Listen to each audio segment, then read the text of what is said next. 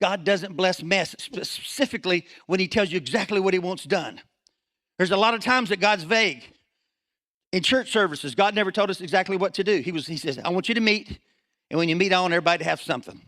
That's the two things he said in the New Testament on what a church gathering should look like. God forbid us and forgive us for what we've made it.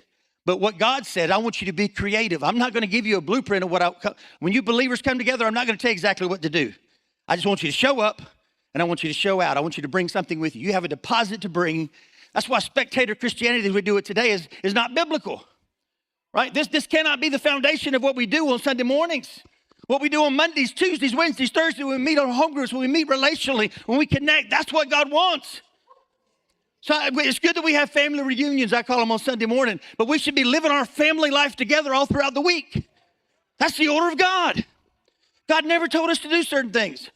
And one of the things I hate the most is doing things that God never told us to do. And then trying to baptize it and make it holy. It doesn't make it holy. It's not right. Get together. When you get together, have something, a song, a psalm, a hymn. Everybody had a responsibility to bring something to a gathering. You weren't called there to just sit and say, okay, we had 4 songs, the announcements of the offering. Now let's see what Brother Rogers got to say this morning, because I can't wait to pick it apart. Right? It's not what we're called to do. You have something God placed in you, and I need it. Don't withhold it from me. Don't withhold it from the person beside you. I said a couple Wednesday nights ago, don't defraud the body because you're too afraid or insecure or don't know what to do with it. God gave you grace. Each one of us is given a measure. Some people are given a lot.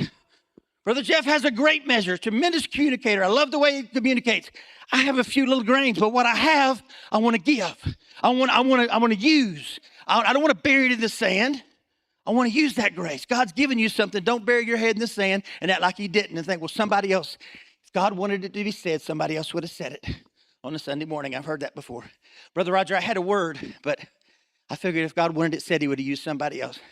And I don't tolerate that very well when I hear that. I'm thinking, no, it's not exactly how that works. God put it on your heart. You have responsibility, not me. Well, Brother Jeff will get it if it's even though it's in my heart. Brother Jeff, I know if Brother Jeff does it, it's confirmation for me. That's not faith. Faith is not needing confirmation for everything you do. Faith is stepping out on nothing and believing you're going on something. That's faith. We don't need to speak in tongues and interpret. We need to prophesy.